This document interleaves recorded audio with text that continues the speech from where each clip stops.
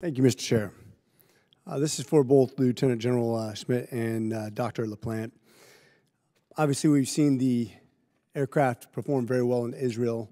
I think they're pretty satisfied with its ability to do precision munitions, exactly where we want it and how we want it.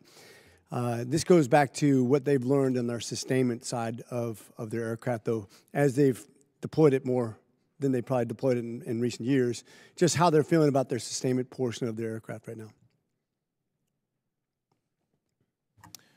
Yes, sir. I had the opportunity to talk with their chief of staff just yesterday.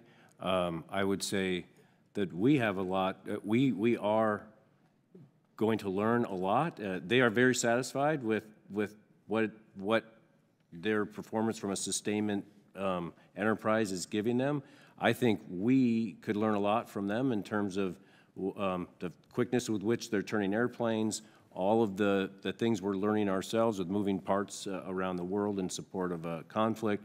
So we are committed to and looking forward to and right now collecting a lot of lessons learned for us as we posture ourselves globally for the worldwide F-35 enterprise sustainment. So on that note, actually related note, how's that when we scale that out to like an Indo-PACOM, how do we see that? Or do we have that sustainability capability for, we have a lot of things going on right now in a lot of different theaters that could blow up very quickly. Do we have that capability to ramp up as needed?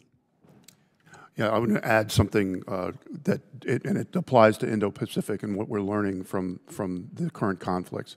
One of the chairman talked about software and turning software fast. One of the good news stories in F-35, it's still not where it needs to be, are these mission data files. What General Schmidt and his team did in about a week and a half is turned around these mission data files. That's the brick that goes into the airplane. And that, I think the lessons learned on how you did that can apply all the way around the world. The other piece, and I mentioned earlier, is that we're doing tabletop exercises on sustainment in the Indo-Pacific. And what we're learning, not surprisingly, is that we have to be able to surge, and this gets back to the PBL.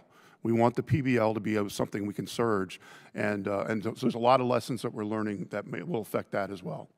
Okay, and with that also, I'm just going to go to another related topic. What about critical base shortages of, in fact, like the industrial base materials? Do we have materials shortages that could affect, especially strategically, different countries that control those sort of shortages?